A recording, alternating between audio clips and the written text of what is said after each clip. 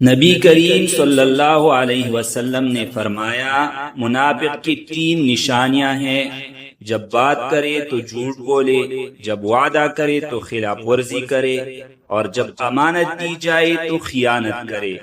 اس حدیث سے وعدہ خلافی کی سنگینی واضح ہو جاتی ہے کہ یہ نفاق کی علامت ہے۔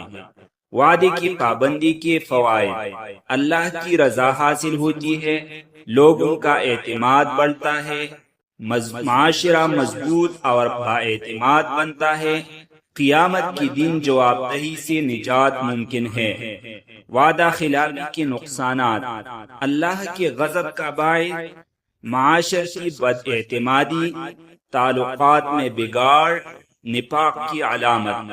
ہم سب کو چاہیے کہ اپنے وعدوں کو اہمیت دے، خواہ وہ چھوٹے ہو یا بڑے۔ ایک سچا مسلمان وہی ہے جو اپنے قول و فعل میں سچا ہو۔ اگر ہم وعدوں کی پابندی کریں گے تو نہ صرف ہمارا معاشرہ بہتر ہوگا بلکہ ہم اللہ کے نزدیک بھی محبوب بنیں گے۔ اللہ تعالی ہمیں سچائی، دیانتداری اور وعدے کی پابندی کی توفیق عطا فرمائے۔ والسلام علیکم ورحمۃ اللہ وبرکاتہ۔